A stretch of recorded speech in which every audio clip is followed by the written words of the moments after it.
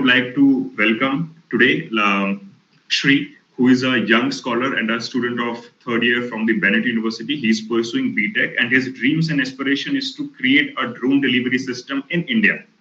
So today he would be talking about drones, ethics and morality related to it, some issues related to it, as well as he would be presenting his ideas of drone delivery system that he wants to execute in India. So I would like to invite Mr. Shri for presenting your talk. Very good evening to all of you, all faculty members, and all my friends. So, firstly, thank you so much for having me here. I am Shri Kumar from Delhi. Presently, I am in second year BTech Computer Science from Bennett University, Greater Noida.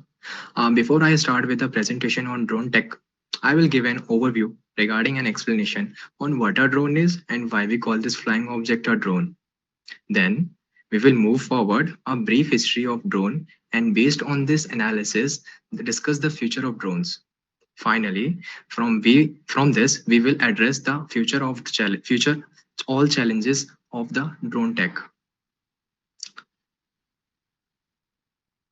So, drone होते क्या है और drone है क्या, कैसे समझें इस बात को हम? तो ये कुछ भी नहीं है, ये जस्ट एक रोबोट है जिसको हम अब फ्लाई करने के लिए कुछ एप्लीकेशंस और कुछ चीज़ें बिल्ड कर रहे हैं और जिससे ये फ्लाई कर रहा है। तो बेसिकली क्या हम इसको ऐसे डिफाइन कर सकते हैं, drone is like a flying robot and it can fly without a pilot inside and it can control by someone on the ground using the remote control or even a computer. Yeah, we can define. So जब drone की बात आती है, UAVs का नाम आपने पक्का सुना ही होगा फिर तो। UAV, I mean unarmed aerial vehicles. It's a technical term used in the aerospace industry to describe the flying vehicles that does not have human pilots on board. अब तो ये सेम बात हो गई। आई थिंक अब आप सब confuse हो गए होंगे कि डिफरेंस क्या है। तो UAVs और ड्रोन्स में एक छोटा सा डिफरेंस ये है कि UAVs फुली ऑटोमेटिक होते हैं, पर ड्रोन फुली ऑटोमेटिक हो ये जरूरी नहीं है। ड्रोन्स को हम रिमोटली भी कंट्रोल करते हैं ग्राउंड से, पर UAVs ऑटोमेटिक ही होते हैं। सो अब हम यहाँ पर कंक्लूड करने वाले हैं कि drone is a type of UAV, but not all UAVs are referred to as a drone. Next slide, please. So we have some different names and classification for drone based on their designs and purpose sizes. So firstly, from quadcopter, नाम से पता चल रहा होगा, जिसके अंदर 4 Motors हैं और 4 प्रोपेलर्स हैं, तो उसे क्वाडकॉप्टर बोल रहे हैं। तो क्या हम इन नाम से ही ड्रोन्स के स्पेसिफिकेशन और क्लासिफिकेशंस को समझ सकते हैं? तो हाँ, बिल्कुल। ये ड्रोन्स इंडस्ट्री सबसे आसान इंडस्ट्री है। इसके अंदर बस हम अपनी इनोवेशंस लगाते हैं, जिसको आपको अभी समझ में थोड़ी देर में आ जाएगा। फिर हम आगे बढ़ते हैं हेक्साकॉप्टर। इसके अंदर हम 6 मोटर्स के साथ आते हैं। और क्यों हेक्साकॉप्टर हमने क्यों बनाया? क्योंकि हमें और स्टेबिलिटी चाहिए थी और एंड्योरेंस चाहिए था ड्रोन्स के अंदर, इसीलिए हमने हेक्साकॉप्टर इंट्रोड्यूस किया। एंड फिर ऑक्टाकॉप्टर। ऑक्टाकॉप्टर और हैवी ड्रोन्स हैं और हैवी पर्पसेस के लिए हम इनको यूज कर सकते हैं। इसके अंदर हम बहुत हैवी वेट लिफ्ट से और बहुत लंबी फ्लाइट्स ट्रैवल कर सकते हैं। हाँ, कुछ डिसएडवांटेजेस भी हैं अब इन ड्रोन्स के, वो भी आपको मैं आगे बताने जाने वाला हूँ। तो आगे हम बढ़ते हैं। Fixed wing drones, VTOL drones, nano drones, delivery drones, mapping and navigation drones, and underwater drones and passenger drones. So इतने सारे ड्रोन्स होते हैं या बस सिर्फ इतने ही होते हैं? और भी बहुत सारे ड्रोन्स होते हैं जो कि शायद हो सकता है कुछ दिनों में आपको और मुझको और पता चलेंगे, या हो सकता है कि ये लिस्ट कभी भी बंद नहीं होएगी। Next slide please. सो मैं आप लोगों को अब यहाँ पे अपने स्लाइड से एक बेसिक जर्नल ड्रोन बनाना या समझने के बारे में बता दूंगा। इस स्लाइड के बाद आपको एक आइडिया मिल जाएगा कि ड्रोन कैसे फॉर्म होता है और क्या क्या चीजें इंपॉर्टेंट होती हैं उसके अंदर।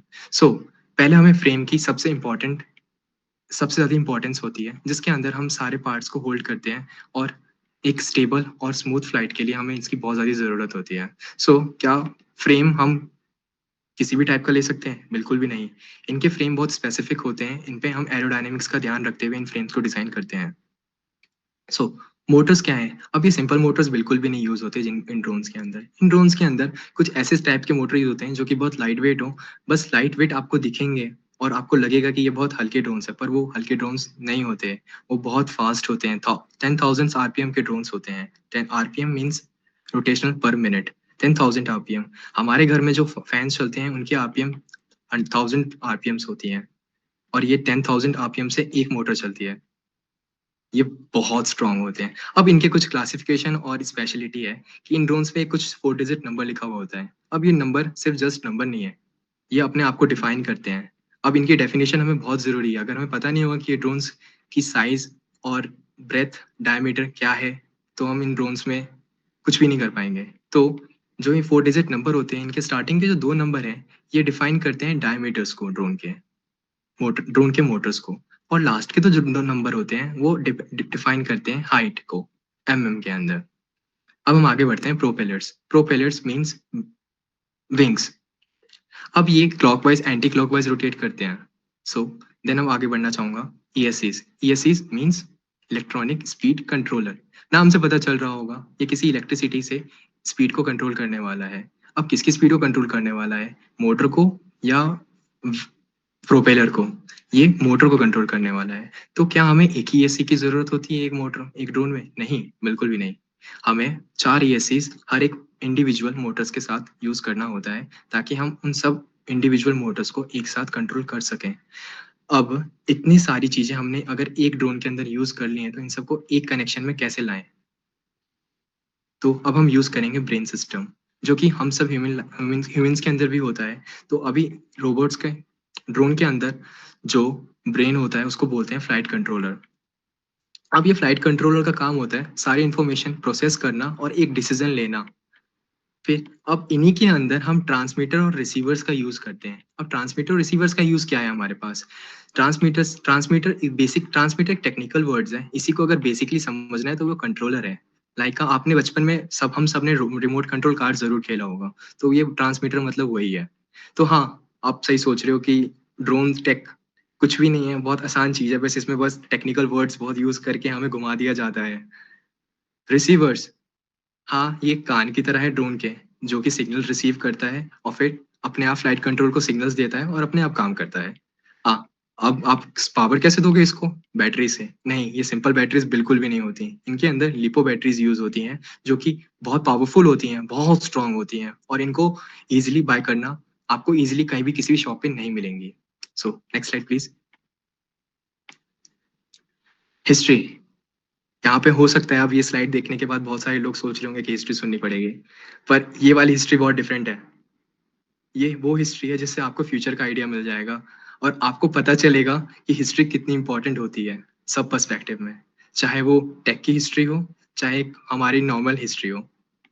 सो जिस टाइम वर्ल्ड वॉर शुरू होने वाली थी, उससे कुछ टाइम पहले एयरक्राफ्ट्स बन गए थे और उन एयरक्राफ्ट्स का यूज कर रहे थे, सॉरी, मिलिट्री यूज कर रही थी।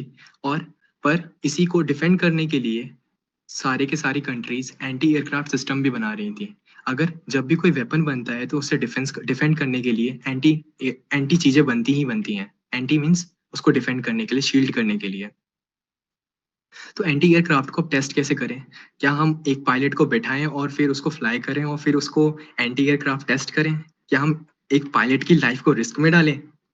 बिल्कुल भी नहीं। तो इसीलिए एंटी एयरक्राफ्ट को टेस्ट करने के लिए लोग ढूंढ रहे थे कि कोई ऐसी चीज मिले और जिससे हम एंटी एयरक्राफ्ट्स को, मतलब एयरक्राफ्ट्स को टेस्ट कर पाए। तो अब कैसे हुआ और क्या हुआ?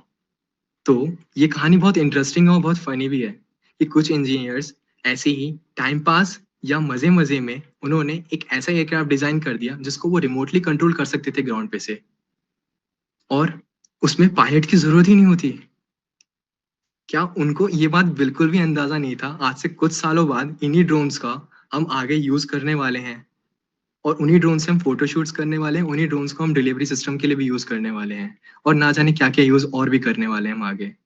तो इन्हीं ड्रोन्स को गवर्नमेंट ने टारगेट ड्रोन्स के नाम से इंट्रोड्यूस कर दिया और इनसे टेस्टिंग की एंटी एयरक्राफ्ट सिस्टम का। ये वर्ल्ड वॉर 1 और वर्ल्ड वॉर 2 में हुआ। इस पिक्चर में prime minister Winston Churchill and captain David Margesson है, जो कि queen bee pilotless target drone के साथ हैं। इस ड्रोन का नाम रखा गया था queen bee pilot. Queen bee ये फर्स्ट ड्रोन है जिसको यूज किया गया है। ये एयरक्राफ्ट की तरह लग रहा है, पर इसमें हमें पायलट को बैठाने की जरूरत नहीं है। ये ग्राउंड से हम इसको कंट्रोल कर सकते हैं। ये बहुत हिस्टोरिकल पिक्चर है। इसीलिए मैंने सोचा कि आप लोगों को पता होनी चाहिए।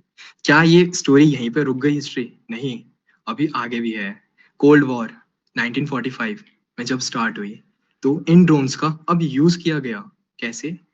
हमें इन्फॉर्मेशन गैदर करनी थी कोल्ड वॉर में। कोल्ड वॉर क्या थी, कैसे है, वो आप सबको पता होगा यहाँ पर।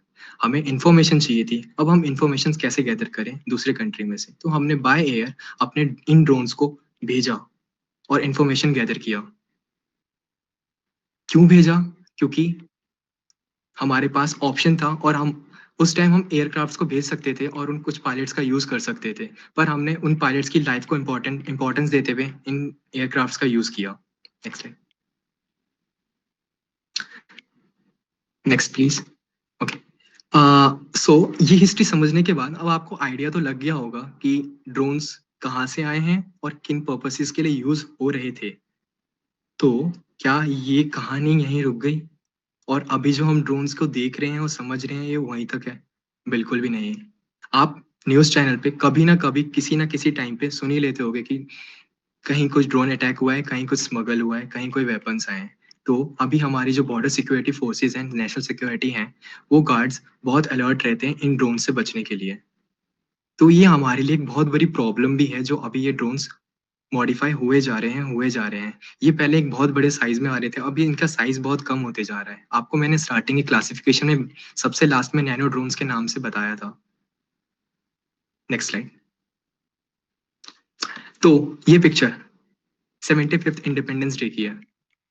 हमने कभी भी एक्सपेक्ट नहीं किया था कि हमारे इंडिया की इनोवेशंस इतनी ज़्यादा हो जाएगी कि हम ऐसे एयर शोज़ करेंगे। इस वाले एयर शोज़ की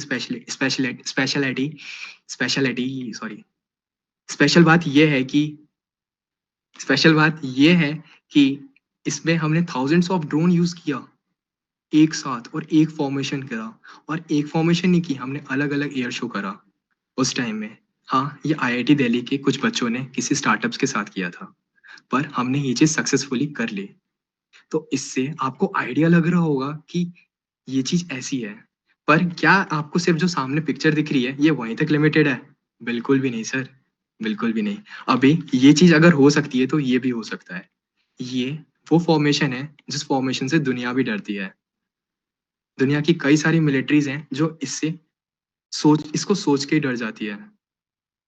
ये स्वार्म ड्रोन अटैक फॉर्मेशन है। इसको यूज़ करना मतलब एक कंट्री को नामो-निशान मिटा देना। अभी तक इसका यूज़ नहीं हुआ है, पर ये बिल्कुल एक्सपेक्टेड है। रिसर्च बोलती है कि ये बहुत जल्दी बहुत सारी कंट्रीज़ यूज़ करेगी। इसके अंदर हमें सोल्जर्स की बिल्कुल भी रिक्वायरमेंट नहीं है। इनको बस हमें कोड करना है, एक ही फॉर्मेशन में थाउज़ेंड्स ऑफ ड्रोन एक साथ बम्बार्डिंग कर सकते हैं, किसी भी प्लेसेस में।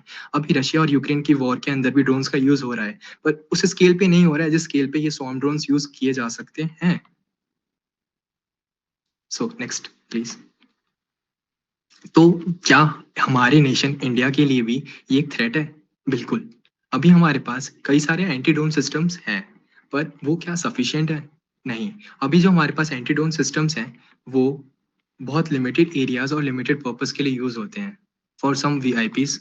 सो ये एंटी ड्रोन सिस्टम है क्या? Anti drone system is just like a shield that protect the sky from the unwanted visitors and making sure the drones stay away and they should don't cause the any trouble. Next. uh, अब आप लोगों को बस मैंने thread बता दिया, तो आपको लग रहा होगा ड्रोन से सिर्फ हमें खतरा ही खतरा है। ऐसा बिल्कुल भी नहीं है। इससे बस हमने फ्यूचर देखा कि ड्रोन का फ्यूचर कैसा है, हिस्ट्री कैसी थी। तो अब ये ड्रोन डिलीवरी सिस्टम क्या है? बहुत नाम सुन लिया होगा, आजकल बहुत ट्रेंड में चल रहा है सालों साल से। बहुत सारी कंपनीज पे काम भी कर रही है। Drone delivery system is just a how about your package could fly to keep a doorstep like a magic. Well, that's a drone delivery system. So, अब काम कैसे करता है ये? You have to just place an order online just like usually you do. The store or company then pack your item into a special package that the drone can carry, and the drone take off the special place like a GPS, like a delivery hub, and the computer guide the drone using the GPS, which is like a digital map that tell it where to go. The drone follow the route planned by the computer, avoiding things like the trees, buildings with the help of sensors. So drone reach your homes and it carefully lower your package using a special mechanism. It's like a small crane and gently places the package on the ground. ये बहुत आसान लगा होगा आपको सुनना, पर ये बिल्कुल भी आसान नहीं है और इसको एक्सेप्ट करना हमारी सोसाइटी के लिए एक चैलेंज होगा, क्योंकि हम इनोवेशंस को एक्सेप्ट करना चाहते भी हैं और नहीं भी चाहते हैं। हम उनके ड्रॉबैक्स को देख के रुक जाते हैं हमेशा। तो नेक्स्ट स्लाइड में मैंने एक रोड मैप दिखाया है जिसको स्विगी यूज़ कर रहा है। ये डेटा इसमें हम इज़िली देख सकते हैं कि जब हम ड्रोन डिलीवरी सिस्टम की बात करते हैं तो लोग बोलते हैं कि जॉब्स और अनएम्प्लॉयमेंट आ जाएगी, ये आ जाएगी, वो आ जाएगी। तो इसके अंदर आप देख सकते हैं ड्रोन डिलीवरी सिस्टम को ऑपरेट करने के लिए सिर्फ हमें एक ड्रोन फ्लाई कर देंगे हो जाएगा काम, ऐसा बिल्कुल भी नहीं है। इसके लिए हमें सर्वे टीम चाहिए, वेयर हाउस चाहिए, ड्रोन लॉन्च पैड चाहिए, इंजीनियर्स चाहिए, बहुत सारी और भी जॉब्स आएंगी। हाँ, इन जॉब्स को करने के लिए हमें कुछ हायर एजुकेशन की रिक्वायरमेंट ज़रूर होगी। तो क्या हम इनोवेशन अडॉप्ट नहीं करना चाहिए? हमें करना चाहिए। हमारी सोसाइटी की माइंडसेट को बदलने का टाइम आ गया है। हमें ऐसे ग्रो करना चाहिए अब। Next slide please. So, the rise of using drone delivery. What are the benefits and the drawbacks? Next. ये कुछ हमारे प्रॉफिट्स हैं, बेनिफिट्स हैं जो कि हमारे ड्रोन्स सोसाइटी में आने के बाद, ड्रोन का सोसाइटी में आने के बाद हमें देखने को मिलेगा। सबसे पहले carbon footprint. Drones are often electrical powered, which can significantly reduce their environmental impact compared to traditional delivery trucks that run on fossil fuels. This aligns with efforts to the lower carbon emissions and promote the sustainable practices. Then, cost effective. In some cases, drones delivery can be more cost effective, especially for the short distance. It eliminate the need for the human drivers, fuel, and the maintenance associated with the traditional delivery methods. Then, drone can fly over the traffic and obstacles, making delivery faster, especially to remote or hard to reach places. Last, drone can make multiple delivery in a single trip, saving the time and energy. क्या सिर्फ इतनी benefits हैं? और भी benefits हैं, जब हम इसे प्रैक्टिकली इम्प्लीमेंट करेंगे तो आपको दिख जाएंगी और आपको फील होंगी वो चीजें। अब कुछ ड्रॉबैक्स हैं। Regulations. There are rules and regulations about the where the drones can fly and deliver. These rules are in which to ensure safety and privacy. Bad weather can affect the drone flight and making it challenge to deliver during rain and strong winds or snow. Battery life सबसे important यही है और इसका solution अभी हमारे पास आ गया है। Drones are need to have enough battery power to make the deliver and the return. Limited battery life can restrict how far they can travel. At last, the initial implementation and the setup cost and high for drones. The setting of for the drones launch pad aligns and the movement of drones and with the building and open operational spaces, license, battery, charging facilities, software and technology, training facility and the research and development requirement for high investments. इतनी सारे drawbacks होने के बाद भी हम इस चीज को क्यों लाना चाहते हैं? क्योंकि इनोवेशन आएगी, सिर्फ और सिर्फ इनोवेशन आएगी। क्या ये चीजें हमारी सिर्फ एक्सक्यूजेज हैं? हाँ, ये भी आपको लग रहा होगा कि ये प्रॉब्लम है, पर ये सिर्फ और सिर्फ एक्सक्यूज है हमारे। हम ये सब काम कर सकते हैं। Next please. क्या ड्रोन डिलीवरी सिस्टम हो रहा है? नहीं। हम इन ड्रोन्स को फ्यूचर में एग्रीकल्चरल के लिए भी यूज करने वाले हैं। कैसे? हम इन ड्रोन्स को फार्मर्स और कुछ टेक्निकल स्टाफ्स को डिप्लॉय कर सकते हैं जिससे एम्प्लॉयमेंट भी बढ़ेगी और उन फार्मर्स का काम बहुत इजीली हो पाएगा और वो फार्मर्स इजीली इन सब चीजों को ऑपरेट करके इनोवेशंस अडॉप्ट कर पाएंगे। Next please. तो जब बैटरी की बात आई थी तो उन बैटरीज के थ्रू अब बैटरीज इंडिया को सप्लाई करने के लिए बाहर की कंट्रीज की हेल्प लेनी पड़ती है, पर रिसेंटली जम्मू कश्मीर में 5 ट्रिलियन बैटरी लिथियम आयंस निकले हैं। तो अब इससे इंडिया में क्या चेंजेस आने वाले हैं? हाँ, इससे बहुत सारे ईवी कार्स का प्रॉफिट भी होगा, पर सिर्फ ईवी कार्स का प्रॉफिट हो ऐसा जरूरी नहीं है। इससे बहुत सारे ड्रोन्स की बैटरी को भी सपोर्ट मिलेगा। तो क्या हमारी एक प्रॉब्लम ऐसी सॉल्व हो गई ड्रॉबैक में से? हाँ, हम सबको ही मिलके इन सब प्रॉब्लम्स को सॉल्व करना पड़ेगा। रूल्स एंड रेगुलेशंस की रिस्पेक्ट करते हुए हमें इन टेक्नोलॉजी को अडॉप्ट करना ही पड़ेगा। Next please. So, I want to end with this quote. As a pilot, I can tell you a drone. I can tell you drones may be a lot of things which can airplanes can be never. By Robin Hayes. So, मेरे इस speech का मोटो सिर्फ और सिर्फ इतना ही था जिसके अंदर मैं आप लोगों को बता पाऊँ कि ड्रोन्स बनते कैसे हैं, ड्रोन्स की इंपॉर्टेंस क्या है, ड्रोन्स हमें क्यों चाहिए और ड्रोन्स की हिस्ट्री क्या थी। Thank you so much everyone. So, thank you, Shri, for presenting your ideas related to drone and eventually the drone delivery system also that you have highlighted today here. So, thank you for that. But there are one or two questions that I would like to take because of the proximity of time. That we do not have much time, but I would like to take one or two questions from the audience that they have put it in front of you. So, first question has been asked by Ravi D. Bishnoi. He is saying that recently drone technology is increasingly being used in the field of wildlife conservation, but some experts believe that drone technology has seen changes in the behavior of wildlife. Do you agree with this ethical dilemma? And in your opinion, what appropriate changes can be brought in the drone rules to end this conflict? Shri, are you getting the question? Sir, can you repeat this question? Okay, so Ravi is asking, he is trying to say that many expert, there is a lot of use of drones in the wildlife conservation, right? But many experts they believe that the drone technology has creating a lot of nuisance to the wildlife. Also, their behavior has been changing in a negative way. So, do you agree with this ethical dilemma? क्या आप agree करते हो? And in your opinion, what appropriate changes you want to suggest in the rules of the drones? Sir, wild life के लिए हमारे drones बिल्कुल भी impact नहीं डालने वाले और इस बात को अगर हम बोल रहे हैं तो हम इस टेक्नोलॉजी को ब्लेम ही कर रहे हैं और प्रॉब्लम्स दिखा के इन चीज़ों को हम अडॉप्ट नहीं करना चाहते हैं। Okay. So your point of view is this. Okay. So one question is this. There is one curiosity that has been posed here. He is asking how far drones can be traveled. Okay. Sir, it depends on the battery. It's totally depend on the battery and the motors. Capacity of batteries and motors. Sir अभी हमारे पास maximum drones हैं जिसका हम मतलब military जिन drones का use करती है वो हंड्रेड्स ऑफ किलोमीटर्स के रेंज और रेडियस के अंदर सर्वाइव कर पाते हैं, पर हम जो टेक्निकल और कंज्यूमर्स ड्रोन्स यूज़ कर रहे हैं वो 30 टू 45 किलोमीटर्स की रेंज होती है और उनका फ्लाइट टाइम बहुत कम होता है। अब फ्लाइट टाइम बहुत कम है, फ्लाइट टाइम मीन्स उनके पास फ्लाई करने का जो टाइम होता है बहुत लिमिटेड होता है। अब उस फ्लाइट टाइम को आपको सुन के यकीन नहीं होगा, वो फ्लाइट टाइम होते हैं 10 मिनट या 7 मिनट। तो हम 30 से 35 किलोमीटर कैसे ट्रैवल कर लेते हैं? अब वो होती है हाई स्पीड ड्रोन्स की जो मैंने आपको बताई थी 10,000 आरपीएम जो ड्रोन्स की स्पीड होती है, उसी आरपीएम स्पीड्स की वजह से ये इतने कम टाइम में इतने ज़्यादा डिस्टेंस ट्रैवल कर लेते हैं। Okay, so thank you, Shri, for the questions. And there are a lot of other questions also has been posed by the audience and the people who are listening it. But believe me, there is a proximity of time. We cannot extend it.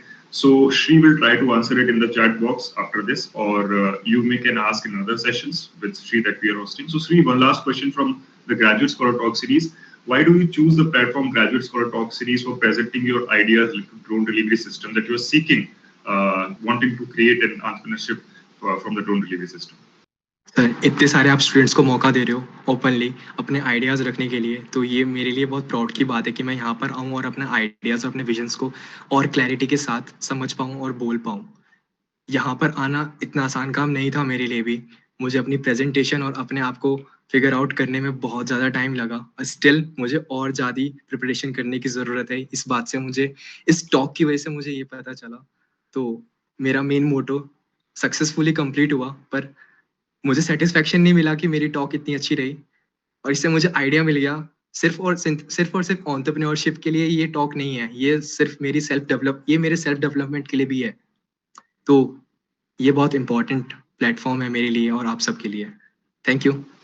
Thank you so much, Shri, for your nice words. And the same that as Shri has said, anybody or any student who has some idea, who has some research in their mind, who want to speak on any topic, feel free to come in the Graduate Scholar Talk series. We host every kind of topic. You just come, fill the form, and we would try to contact you, and we would try to give you a platform where you can speak over your researches, your ideas in a more freely manner. So again, in the manner, I would like to call our guest of honor today, Dr. Shiva Chand Panda sir. So, sir, welcome again, and I would like to take your remarks over the topic, talk, and the event together. So, sir. Thank you. First of all, Sri Kumar, as you said, you have not been what you call up to mark type comment. I must say you have done a wonderful job because in a brief time you have presented your research very lucidly and you have given idea to laymen in understanding the utility of drone because we had drone in Punjab, the Pakistani intrusion into Punjab territory and so many things.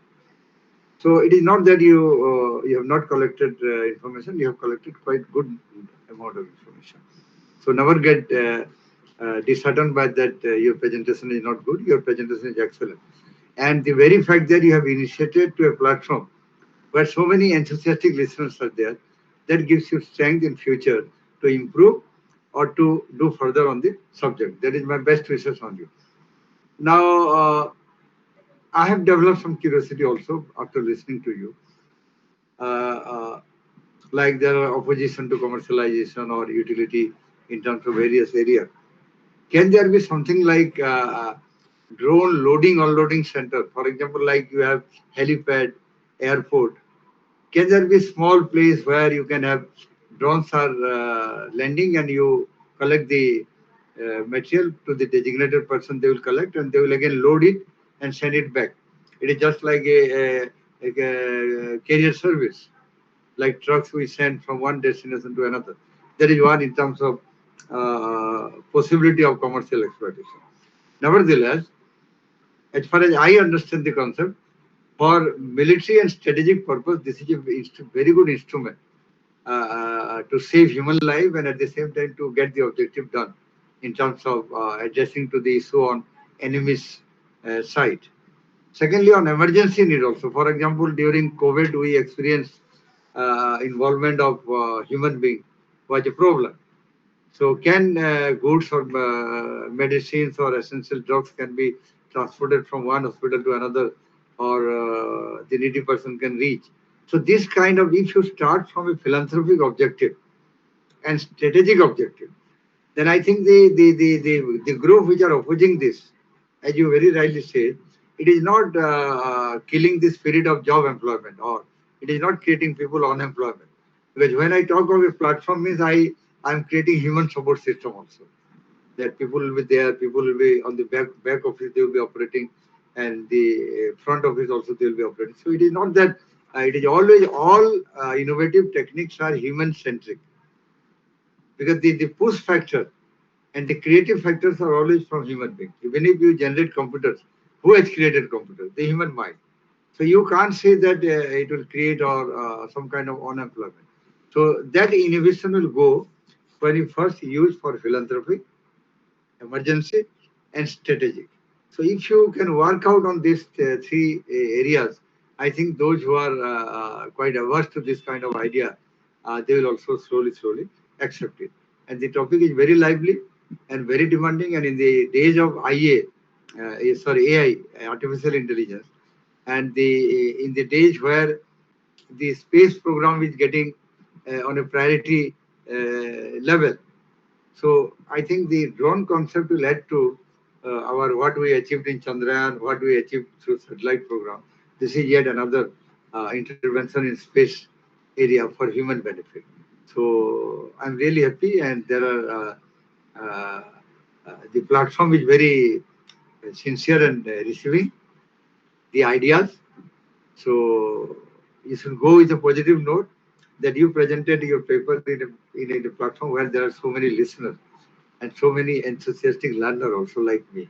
So thank you, Sri, and thank you all. Thank you, Munish. Thank you, the organizer. Ajay, am I correct? The yes, presenter. The whole team, sir. Yeah. Sorry, I'm new, first time, so I'll get another opportunity. Definitely, I'd love to come. And my best wishes to all of you and to Sri particularly to enlarge your branch, enlarge your research so that after you get the degree of engineering, we'll see one startup which owned by Sri Kumar and his team. my good wishes.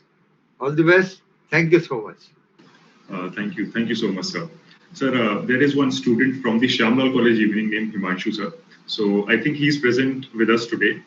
He had received an award to make a lot of satellites in 24 hours. Okay, so I would like to also invite him to express his views also, and I would like really like to Please have go ahead. Himanshu, if you are here, if you can listen me kindly. Good evening sir and my dear friend, मैं Himanshu Dutt Shyamlal college evening का student हूँ। मैं बात करूँगा satellite पे। मैंने भारत के लिए एक सैटेलाइट बनाई थी जिसमें मैंने कुछ रिकॉर्ड्स बनाए थे। मैं पहले बात करूँगा गिनीज रिकॉर्ड। मैंने भारत के लिए गिनीज रिकॉर्ड बनाया था, सैटेलाइट बनाई थी, उसमें गिनीज रिकॉर्ड बनाया था। सेकेंड रिकॉर्ड था मेरा world book of record London से। थर्ड रिकॉर्ड था मेरा Asia book of record. Fourth record था मेरा एशियन बुक ऑफ रिकॉर्ड और फिफ्थ रिकॉर्ड था मेरा इंडिया बुक ऑफ रिकॉर्ड। इस पूरे प्रोसेस का जो मेन मकसद था, ये एक सैटेलाइट थी भारत की जो सबसे छोटी और सबसे हल्की सैटेलाइट थी। इसका वेट सिर्फ 13 ग्राम था। इस सैटेलाइट को बनाने का जो मुख्य लक्ष्य था, भारत का जो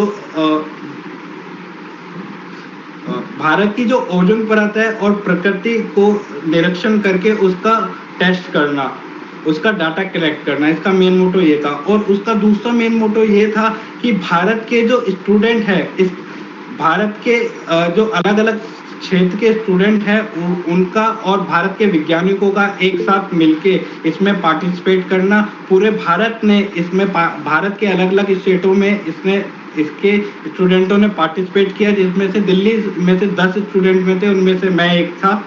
और इसमें सभी की सैटेलाइट सक्सेसफुल थी। और इस सैटेलाइट का जो था रामेश्वरम में इसको छोड़ा गया था। और इस सैटेलाइट में इस पूरे प्रोसेस में जो मुझे अच्छा एक्सपीरियंस रहा कि एक सबसे अच्छा एक्सपीरियंस तो यही था कि अलग अलग स्टेट के लोगों के साथ मुझे काम करने का मौका मिला। दूसरा मौका ये मिला कि काफ़ी बेहतर वैज्ञानिकों के साथ मुझे अवसर मिला रामेश्वरम में जाके सैटेलाइट बनाना, ठीक है, और ये सब चीज़ सीखना। ये प्रोसेस पूरा 3 महीने का था, जिसमें काफ़ी ऑनलाइन क्लासेस हुई, ऑफलाइन क्लासेस हुई, और उसी के साथ साथ कुछ ऐसी चीजें सीखने को मिली जिससे इन फ्यूचर साइंस की तरफ काफी अट्रैक्शन हो लोगों का। तो मैं यही कहूँगा कि ये काफी अच्छा दौर था मेरे लिए और मैं काफी खुदकिस्मत हूँ कि GSTS ने मुझे इतने से थोड़े से टाइम के लिए इनवाइट किया। ये काफी अच्छा मुझे लगा आप सबसे मिलके। Okay, thank you. Thank you so much, Himanshu. Thanks a lot. And we really delighted to have you here. And just on a lighter note, I'm saying, Shri, you got your partner in your entrepreneurship or in your, I would say, the drone delivery system that you want to build. You may connect him, and you may two both can do wonders also in the future. So thank you, everyone. Thank you, Himanshu, and thank you, everyone. So today, so now I would like to invite Miss Astha Sharma, who is the speaker of the next Sunday. She would be briefing her topic about her topic. That's what she wants to speak on the next Sunday. So, Miss Astha, please. Good evening to our respected guest of honor, faculty members, GSTS team, and our 130th speaker who's just given such a wonderful and interesting talk on drone technology. I am Astha Sharma, pursuing history honors from Vivekanand College. The topic I have chosen for 131st talk is global climate change and how soil is the hero in this battle. The reason why I connected with this topic the most is because I am a nature enthusiast, which I think is innate in me because my parents belong to the hilly regions of India. So, you know why hilly peoples are more connected with nature than we who live in plains? Well, I think because plains are quite disruptive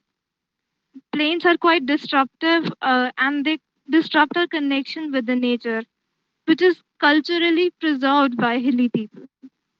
Thus, I want to connect the audience with our pious soil for mitigating the climate change impacts, which needs our attention more than ever now.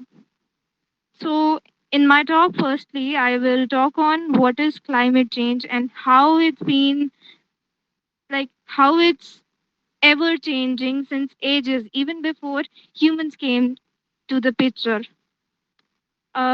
But why right now climate change is a concerning issue? I will also talk about this. Then I will proceed to the facts on how a few agencies worldwide are investing in soil management technologies for mitigating climate change impacts. They're transforming soil from being a greenhouse gas emitter to a global carbon absorber. Next, I will connect dots with how soil is a great carbon sink and how this sink actually works. Lastly, I will conclude this talk by trying to highlight the loopholes in our current system with a note of hope that the agencies, organizations, and countries would in future collaborate to focus on efficiently and holistically utilize our current resources to mitigate this issue of climate change. Thus, I want to request all our viewers to stay tuned and connect with us for our 131st talk next Sunday evening and make my talk more worthwhile with your delightful presence. Thank you. Okay, thank you so much, Ms. Harsh. Can I pass just one line? Yes, sir. Yes, sir. Astaji, I see science in history, and if I'll be available, I definitely will see it and listen to you. Thank you. Thank you, sir. Thank you so much, sir. It means a lot.